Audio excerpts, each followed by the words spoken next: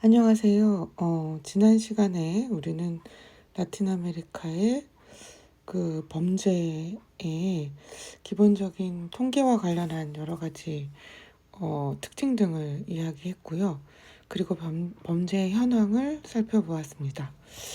오늘은 라틴 아메리카의 높은 범죄율이 라틴 아메리카 사회에 어떤 영향을 끼치고 있는가를 범죄 비용 측면에서 살펴보도록 하겠습니다. 일단 여러 가지 비용 중에 사회적 비용에 대해서 이야기를 해볼 텐데요. 범죄가 높은 국가일수록 공동체, 특히 이웃과 타인에 대한 불신이 확대된다라는 연구 결과가 발표된 바가 있습니다. 이는 곧 라틴 아메리카의 높은 범죄율이 또 사회적 비용을 초래하고 있다라는 뜻으로 해석될 수 있을 텐데요. 옆에 표에 보시는 것처럼 라틴 아메리카의 시민들을 대상으로 2014년에 그 설문조사를 한 결과 나는 내가 살고 있는 지역의 이 거주 지역이 좀 불안하다 라고 대답한 시민들의 퍼센티지가 꽤 높게 나타나는 것으로 보여집니다. 특히 베네수엘라 같은 경우에는 무려 67%의 시민들이 자기가 살고 있는 거주 지역이 불안하다 라고 답변을 했는데요. 이런 상황이라면 베네수엘라 같은 경우에는 이웃과의 대화라든가 거주지 주변에 있는 타인과의 관계에서 굉장히 위축될 확률이 높다고 볼 수 있을 것 같습니다. 이런 감정이나 환경이 어떠한 비용을 발생하는지는 우리가 이미 부르디에의 사회 계급 이론에서 배운 것처럼 사회적 자본, 그러니까 사회적 자본이 매우 낮아지는 그런 결과를 초래할 수 있겠구나. 그래서 높은 범죄의 비용은 사회적 자본을 약화시키는 그래서 그 사회가 발전하는 데 마이너스 영향을, 부정적인 영향을 끼칠 수 있다라는 것을 생각해 볼 수 있을 것 같습니다. 전통적으로 라틴 아메리카는 상대적으로 높은 사회적 비용으로 상대적으로 낮은 다른 자본들을 상대적으로 높은 사회적 자본 덕분에 상대적으로 낮은 다른 자본들, 예컨대 경제적 자본들의 부족분을 채워갔던 사회라면 이런 사회에서 범죄로 인해서 사회적 자본이 줄어드는 것은 당연히 라틴 아메리카에게 굉장히 치명적인 사회적인 비용이다라고 우리가 볼 수 있을 것 같습니다.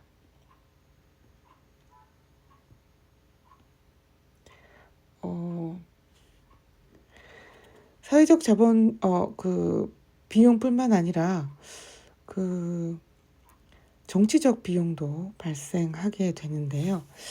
범죄가 높아지면 발생하는 정치적 비용은 이렇습니다.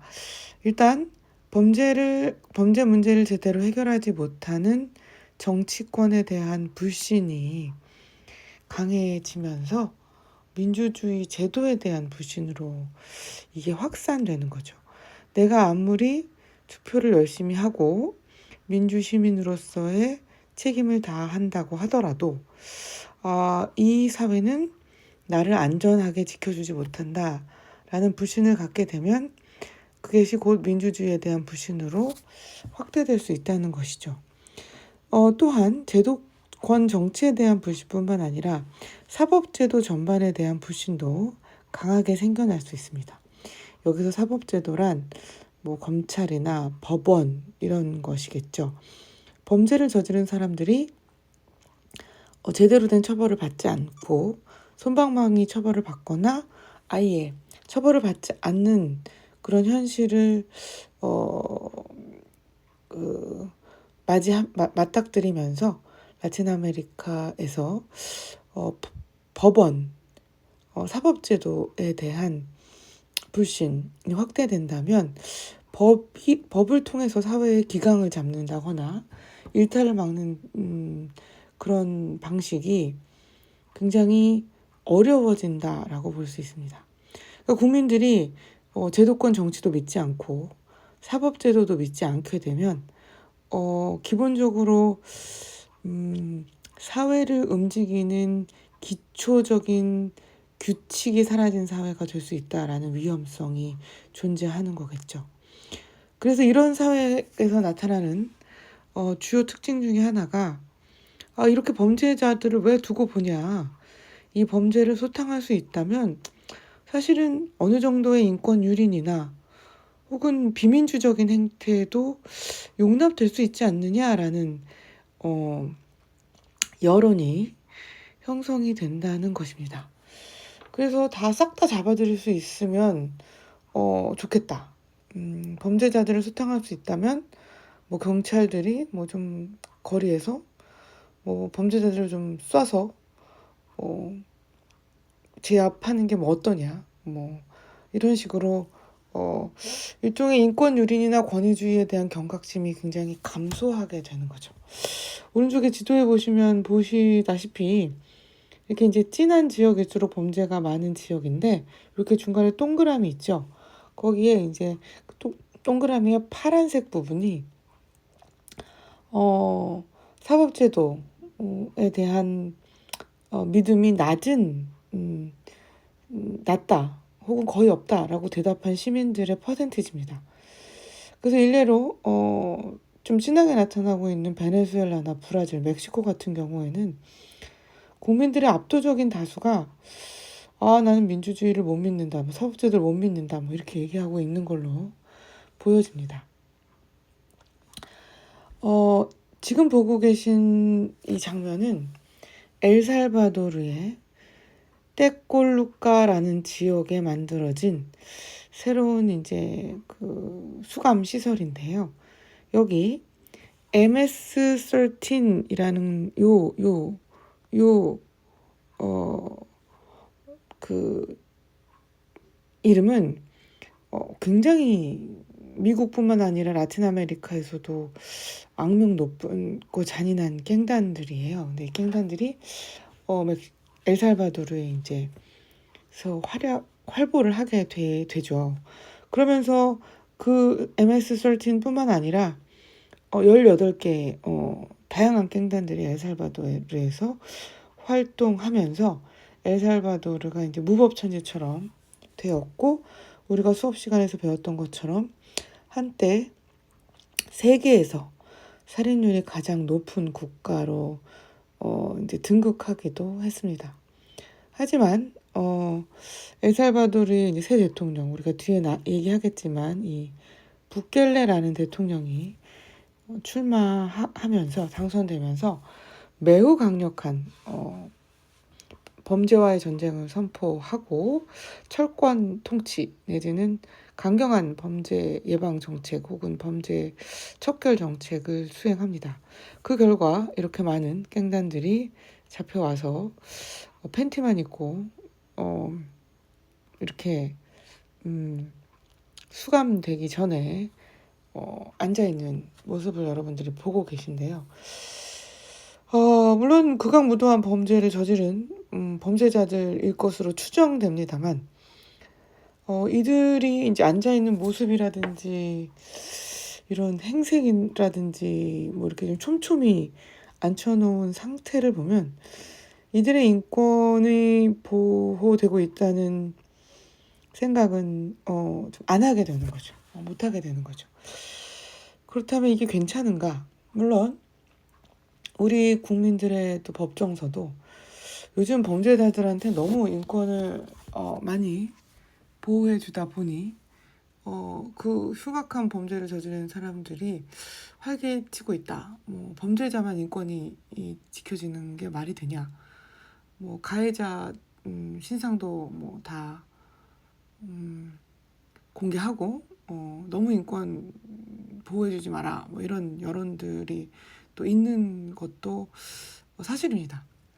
근데 이제 문제는 왜 이런 범죄자들의 인권에 대한 감수성이 높아졌는가에 대한 근본적인 이해도가 좀 필요하다는 거죠.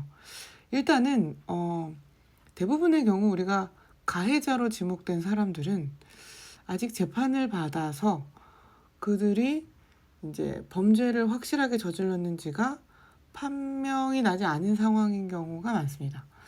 그리고 왜 그런 범죄를 저질렀는지, 그 범죄의 진범은 맞는지, 혹은 이 범죄를 이제 그 경중을 따져서 우리가 맥락을 파악하고 정확하게 이해하고 난 다음에 피의자 신분에서 범죄자로 넘어가야 되는 거죠. 그래서 대부분 이제 인권 유린에 대한 문제를 이야기할 때는 일차적으로는 이제 피의자 신분일 때 그들의 인권은 좀 보장이 돼야 된다라는 거겠죠.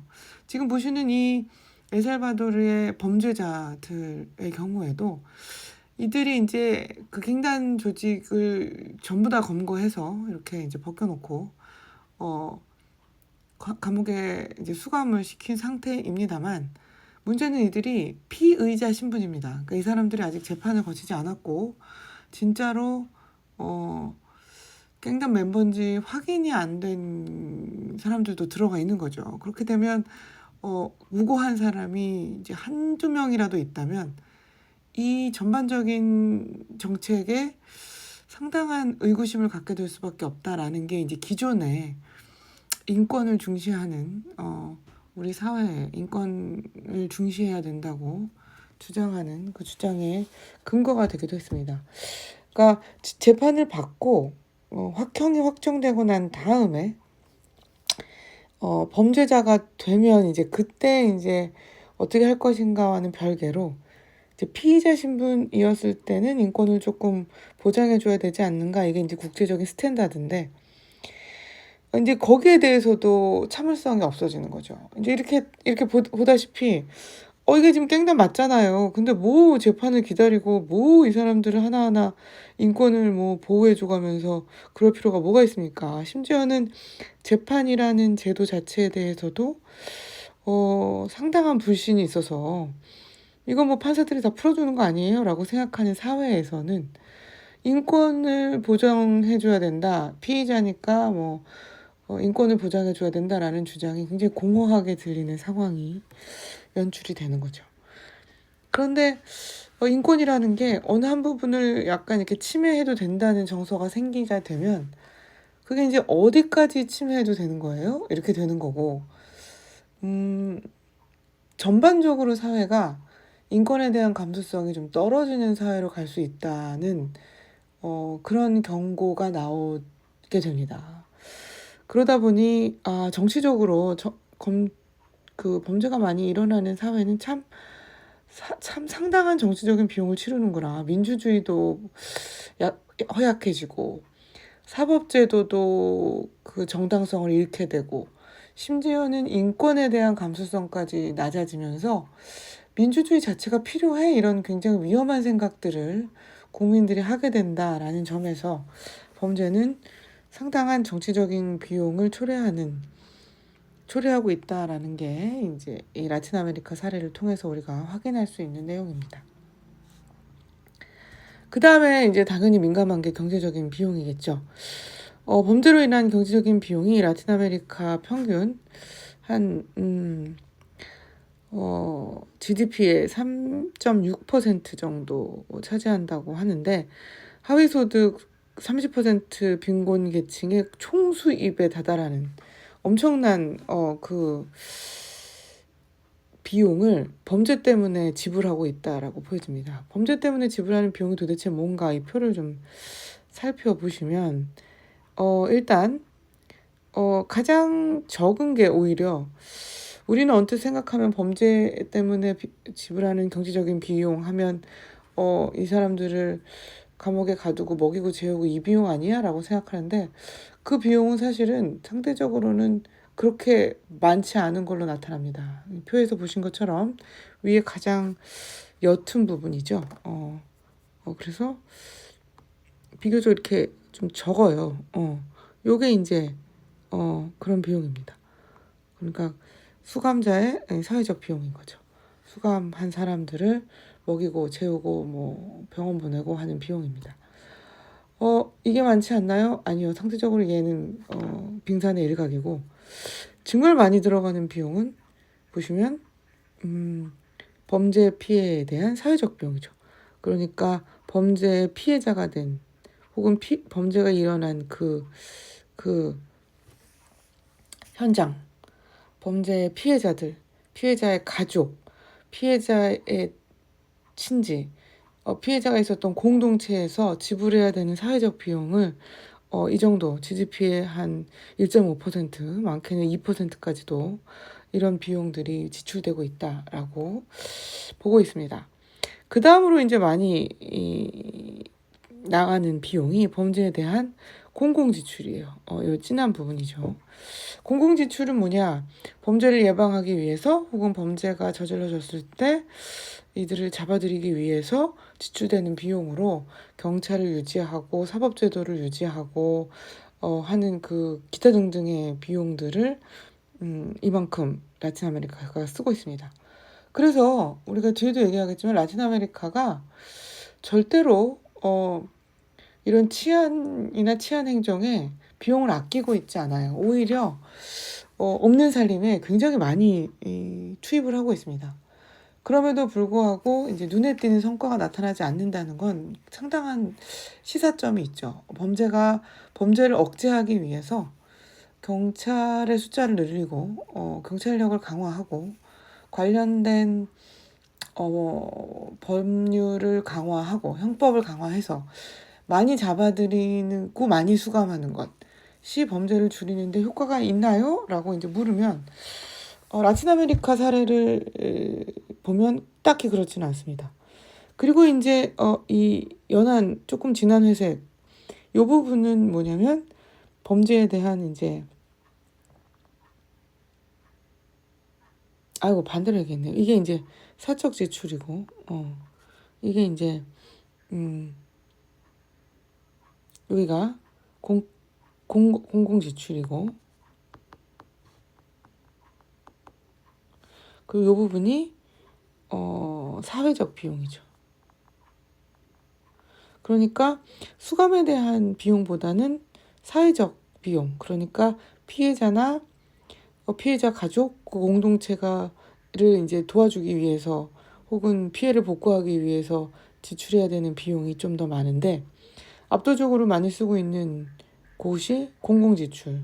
아까 말씀드린 것처럼 치안을 유지하기 위한 비용이 많이 들어가고 그리고 사적 지출도 못지않게 많이 들어가고 있죠. 이 진한 부분인데 이 부분입니다. 사적 지출은 뭔가요? 경찰력을 믿지 못하는 이 불신 혹은 자기가 살고 있는 거주 지역을 믿지 못하는 불신이 커지다 보니 뭐 개인적으로 사설 경비원을 둔다든가 자동차를 사더라도 뭐 방탄 유리를 놓는다거나 뭐 기타 등등의 여러 가지 사적 지출을 한다는 얘기죠. 그래서 그 비용도 이렇게 만만치 않게 들어가고 있다. 따라서 이 높은 범죄율은 라틴 아메리카가 상당히 높은 경제적 비용을 지출하게 만듭니다. 근데 이거는 이제 가시적으로 우리가 이제 범죄에 대한 직접적인 비용이기 때문에 눈에 보이는 것이라면 눈에 보이지 않는 지출도 상당하게 이루어지고 비용도 상당하게 발생하고 있습니다. 그게 뭐냐면 바로 높은 범죄율로 인한 투자 손실이죠. 투자 손실이죠. 그러니까 그 라틴 아메리카의 투자 손실. 거기다 공장 지면은 너무 위험하니까 거기다 공장 짓지 맙시다라든가 아니면 취업하고 싶지 않아요 라고 얘기하면서 훌륭한 인재들을 유치하지 못한다거나 이런 모습들은 대표적으로 라틴 아메리카의 높은 범죄율이 초래하고 있는 경제적 비용이라고 할 수 있고요. 이런 것들을 더 감안한다면 경제적 비용은 더욱더 상당하다라고 이야기할 수 있을 것 같습니다. 그렇다면 이렇게 엄청난 범죄를 이런 엄청난 비용을 유발하고 있는 라틴 아메리카의 이 범죄 도대체 원인은 무엇인가? 범죄의 원인은 일반적으로 이야기하는 원인들을 사회학 쪽에서는 이렇게 보고 있습니다. 일단은 첫 번째로는 범죄 증가의 경제학, 범죄의 경제학이라고 또 하는데, 일단 범죄가 가져오는 경제적인 혜택에 비해 범죄의 비용이 적을 때, 즉 범죄로 인한 처벌의 수위나 처벌의 가능성이 낮을 때 범죄가 많이 일어난다는 거죠. 일례로 뭐 전 세계적으로 많이 이제 유명한 것 중에 하나가 한국은 뭐 카페에다가 노트북을 놓고 화장실 갔다 와도 노트북, 뭐 핸드폰, 지갑 이런 거 아무도 안 가져간다. 심지어는 몇십 분을 밖에 나갔다 들어와도 아무도 안 가져간다. 이런 이제 영상들을 많이 보셨을 것 같은데요. 그런데 한국에서 카페에 고가의 노트북을 혹은 그 패드를 놓고 화장실을 갔다 오거나 밖에 나갔다 와도 이게 안 없어지는데, 도서관에 이제 핸드폰을 이제 잃어버린 사람들 며칠 후에 가봐도 거기에 핸드폰이 있더라. 뭐 이런 소위 말하는 미담들이 넘쳐나는데, 자전거는 정말 많이 잃어버리는 거죠. 그래서 솔직히 뭐지? 이렇게 생각을 하시면 이유는 그렇습니다. 카페에는 상당히 많은 CCTV가 있고요. 카페에서 이제 앉아 있으려면 보통 현금으로 음료값을 지불하지 않잖아요. 뭐 카드를 쓰던가 뭐 그렇게 되니까 사실 카페 안에 앉아 있는 사람들의 신원은 100% 노출되어 있다고 해도 과언이 아닙니다. 그래서 거기 노트북이 아무리 비싸고 좋아 보일지라도 그거를 갖고 나갔을 때 대체로 잡힌다 라고 생각하시면 되고, 실제로 잡히죠. 그러다 보니 이 노트북 가격에 비해 내가 감당해야 되는 이 범죄 비용이 상당히 높다라고 인지하게 된다는 거죠. 반면 자전거는 왜 이렇게 훔쳐가나요? 자전거 많이 훔쳐가는 지역을 보시면 CCTV가 잘 없고요. 자전거는 이제 노상에 많이 이렇게 밖에 이제 그냥 세워두잖아요. 그러니까 잘 봐서 CCTV가 없는 곳에서는 이제 얘를 갖고 가면 이거 잡기 굉장히 어려운 거죠. 그러니까 자전거의 가격에 비해 내가 이 범죄를 저질렀을 때 처벌받을 수위는 상당히 낮아 보입니다. 그래서 경제적인 혜택이 훨씬 더 높아 보이니까 자전거는 많이 훔쳐가는 거죠. 그러니까 한국이 범죄가 낮은 이유, 혹은 사람들이 굉장히 정직해 보이는 이유는 실제로 대한민국 국민들이 정직한 DNA를 타고났기 때문이라기보다는 한국의 뭐 경찰 행정 혹은 치안이 그만큼 촘촘하게 잘 작동하고 있어서 국민들이 다들 웬만한 범죄는 잡힌다고 생각하는 사회이기 때문에 그러하다 라고 보실 수 있을 것 같습니다. 이게 이제 뭐 이게 전반적으로 맞는 얘기다라기보다는 이제 경제학적으로는 이렇게 판단을 한다는 거죠. 그렇다면 이런 이론에서 접근하면 범죄가 굉장히 많이 발생하고 있는 라틴 아메리카 같은 경우에는 잘 안 잡히는 게 아닐까? 혹은 처벌 수위가 너무 낮은 게 아닐까라는 생각을 해볼 수 있고, 그런 생각에 근거해서 이 검거율을 높이고, 그 다음에 검거됐을 때 처벌의 수위를 상당히 높여서 사회 구성원들이 범죄를 저지르면 안 되겠다라는 마음을 먹게끔 사회의 분위기를 조성해야겠다라는 생각을 할 수 있는 거죠. 그 다음에 또 하나는 이제 이거는 어떤 사회를 오랫동안 관찰해 봤을 때 나타나는 결론인데, 사실은 범죄자의 경제적인 지위, 그러니까 빈곤이 늘어나면 범죄가 늘어난다라는 통념은 사실 맞지 않는다는 얘기죠. 빈곤이 늘어난다고 해서 범죄가 늘어나는 게 아니라, 이거 굉장히 중요한 얘기입니다. 불평등이 늘어나면 범죄가 늘어나더라. 그러니까 사람들이 범죄를 저지르는 중요한 심리적 혹은 사회적 요인 중에 하나가 내가 가난하다, 그러니까 난 범죄를 저질러야지가 아니라 굉장히 불평등하다, 혹은 이게 불공정하다. 그러니까 지금 우리가 이 수업 시간을 통해서 꾸준히 얘기한 건데, 이제 귀속지위에 따른 불평등이 굉장히 심할 경우, 그러니까 사회가 굉장히 불평등해서 개인의 그 노력으로 인해서 개인의 이제 지위가 바뀌기 어려운 상황 같은 경우에서 대체로 사람들이 이 사회가 구조적으로 잘못되어 있다고 느끼게 되고, 그런 상황에서 이 구조가 만들어낸 법이라든지 규칙들을 저항하는 저항감, 이런 것들이 좀 커진다는 거죠. 그래서 불평등이 높은 사회일수록, 그러니까 빈곤한 사회일수록 범죄가 많은 게 아니라 불평등이 높은 사회일수록 범죄가 높다. 그래서 라틴 아메리카가 이렇게 범죄가 높다, 범죄율이 높다라는 설명도 존재합니다. 이제 라틴 아메리카의 사정으로 조금 좁혀보면, 최근에 있었던, 이제는 더 이상 최근이 아니죠, 1980년대 말부터 이제 진행됐던 라틴 아메리카에서의 그 신자유주의적인 구조 조정, 그러니까 뭐 공기업이 민영화되고, 그다음에 자유무역이 또 생기면서 뭐 외국 자본들이 많이 들어오고 한 이런 과정 속에서 대체로 많은 라틴 아메리카 국가들이 높은 실업률을 경험을 했는데, 또 실업률이 높아지면 또 범죄율이 높아진다라는 그런 이론도 존재합니다. 그리고 흥미로운 건 이제 라틴 아메리카의 또 사례에서 우리가 배울 수 있는 부분인데요.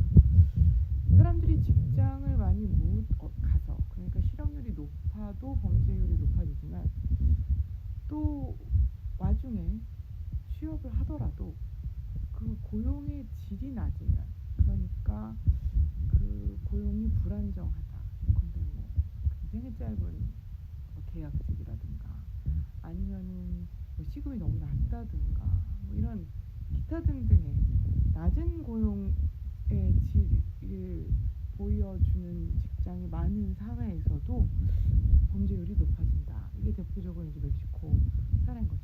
멕시코는 사실은 이 두 개가 다 겹쳤다고 해도 과언이 아닙니다. 그래서 나프타, 즉 북미 자유무역 협정으로 멕시코의 일자리가 한 230만 개 사라졌다라고 추정이 되는데, 북미 자유무역 협정으로 이제 생긴 일자리는 50에서 60만 개 정도 된다고 보는 거죠. 그렇다면 한 180만 개 정도의 일자리가 없어졌으니 실업률은 당연히 올라갔을 거고, 그러면서 높은 범죄율이 생겼겠구나. 플러스 생겨난 일자리 5에서 60만 개가 우리가 이제 지난번에 젠더 공부할 때도 얘기한 것처럼 뭔가 저학력 여성들의 일자리로 이제 몰리면서, 그런 일자리들이 또 그닥 좋지 못한 일자리였죠. 그러니까 이런 것들이 다 이제 중첩돼서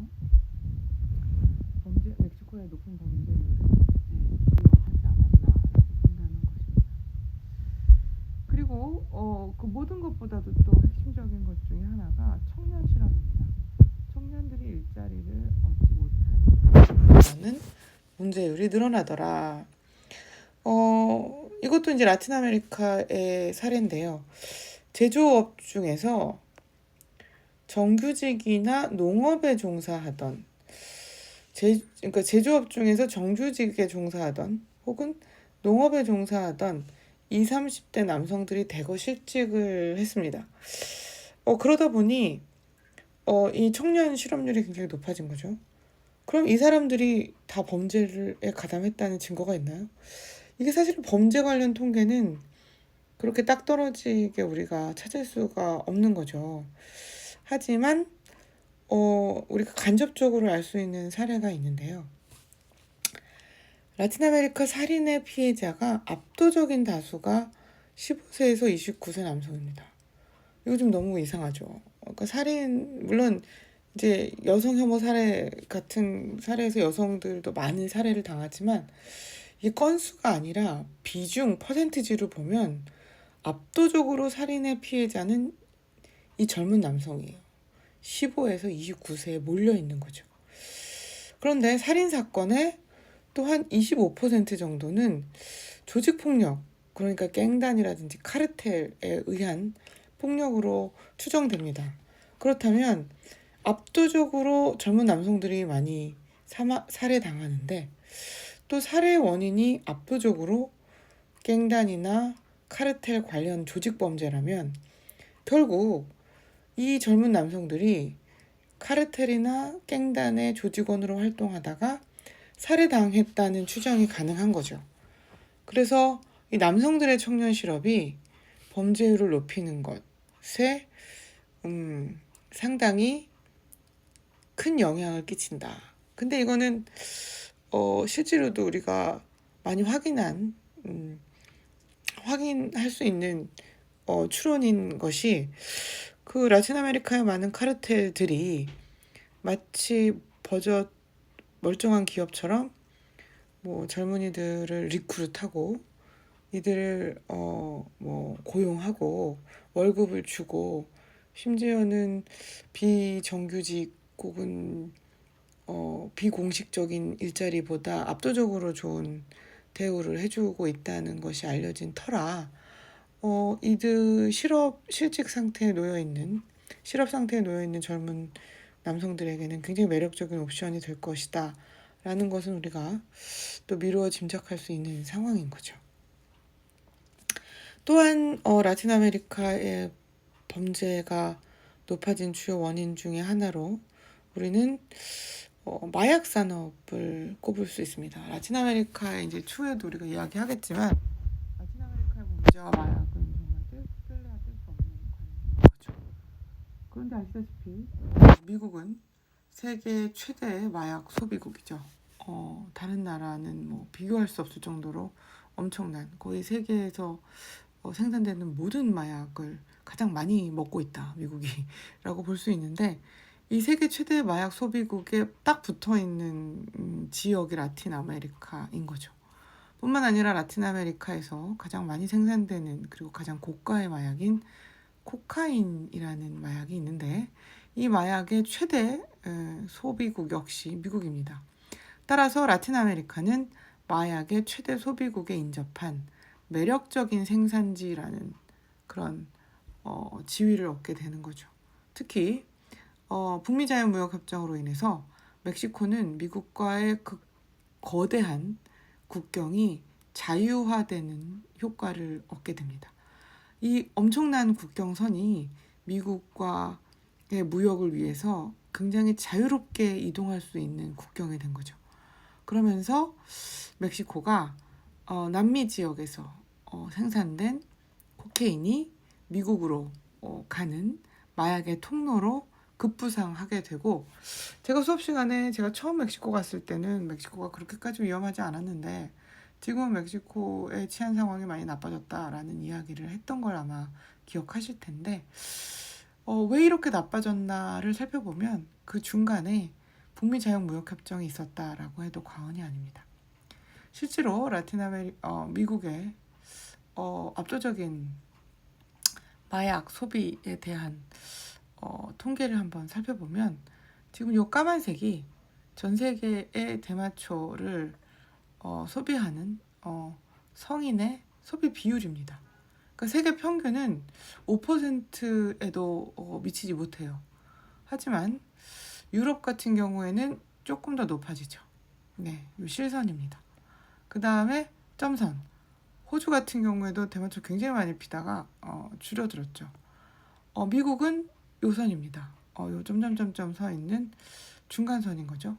요 중간선을 살펴보시면 점점 2015년에 가장 높이 올라가고 있다고 보여지는 거죠.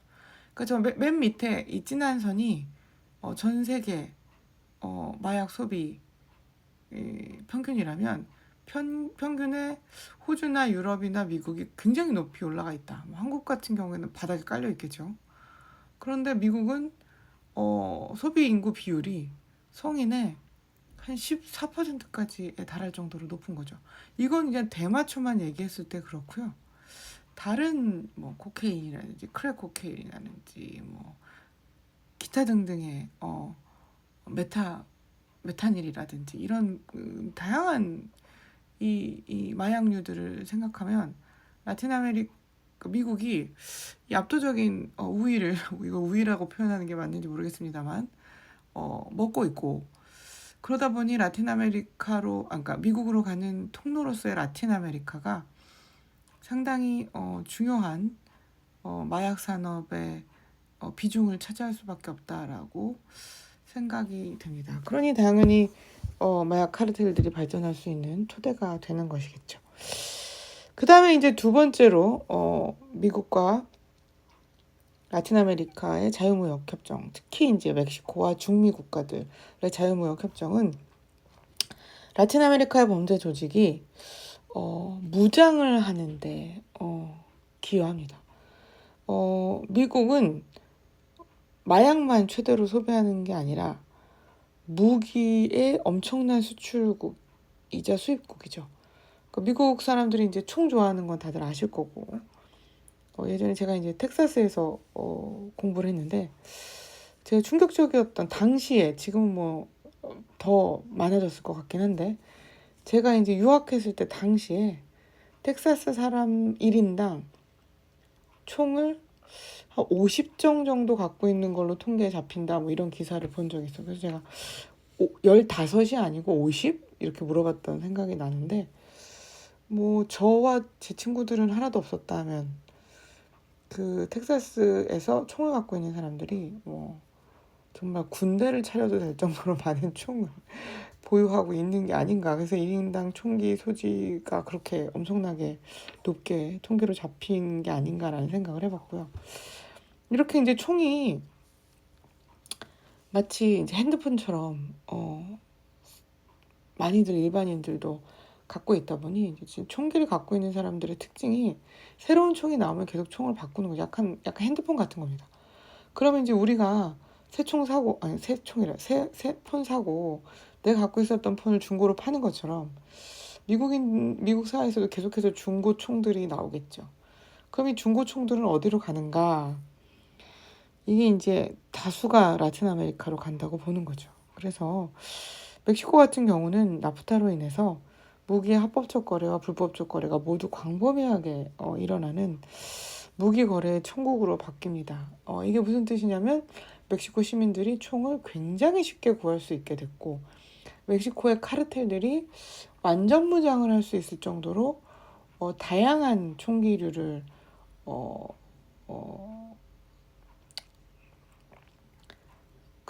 확보할 수 있게 됐다는 거죠. 그래서 얼마 전 멕시코에서 이제 크게 화제가 됐었던 유튜브 영상 중에 하나가, 멕시코 이제 조직의 카르텔들도 뭔가 이제 신세대스러워진 탓에 자기네들의 이제 활동을 유튜브에다 그렇게 올리는 거죠. 일종의 이제 리크루트 활동이라고도 할 수 있는데, 그 중에 한 카르텔이 뭐 장갑차, 뭐 기관소총 이런 것들을 막 이렇게 보여주면서 우리가 멕시코 경찰보다도 훨씬 더 무장한 그 수준이 높다 이러면서 멕시코 경찰 우리가 이길 수 있다, 뭐 이런 동영상을 찍어 올려가지고 공분을 사기도 했습니다.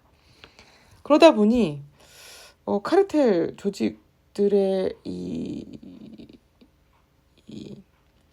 공격력이라고 해야 되나요? 혹은 방어력이라고도 해야 되나요? 이런 것들이 굉장히 강해졌고, 플러스 일반 시민들이 총을 쉽게 구할 수 있다 보니 분쟁이 곧 살인 사건으로 연결되는 확률이 높아진 거죠. 화가 났을 때 할 수 있는 맥시멈의 그 싸움이 뭐 주먹 다짐이라든지 뭐 칼부림인 사회가 있고, 그냥 조금만 화가 나서 총이 나오는 사회가 있다면 그 총이 나오는 사회는 아무래도 살인율이 높을 수밖에 없겠죠. 라틴 아메리카의 살인율이 높은 대표적인 원인 중에 하나가 이 총기가 너무 쉽게 총기를 너무 쉽게 구할 수 있다라는 점인데, 이것도 역시 이 자유무역의 결과, 무기 산업이 이런 식으로 작동했기 때문이다라고 우리가 분석해 볼 수 있을 것 같습니다. 아, 여기까지가 이제 라틴 아메리카의 범죄 원인들을 좀 이론적으로 살펴본 얘기고요. 다음 시간에는 본격적으로 라틴 아메리카 범죄 원인의 가장 대표적인 사례로 꼽히는 마약에 대해서 조금 더 집중적으로 얘기를 해보도록 하겠습니다. 왜 라틴 아메리카에서 마약이 이렇게 그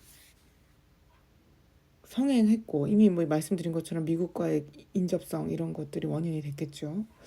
그리고 또 이제 우리가 또 주목해 볼 만한 것들이, 그렇다면 라틴 아메리카 국가들은 이런 현실을 타개하기 위해서 어떤 정책을 펴고 있는지도 한번 살펴보도록 하겠습니다. 그럼 오늘 수업은 여기까지 하도록 하겠습니다.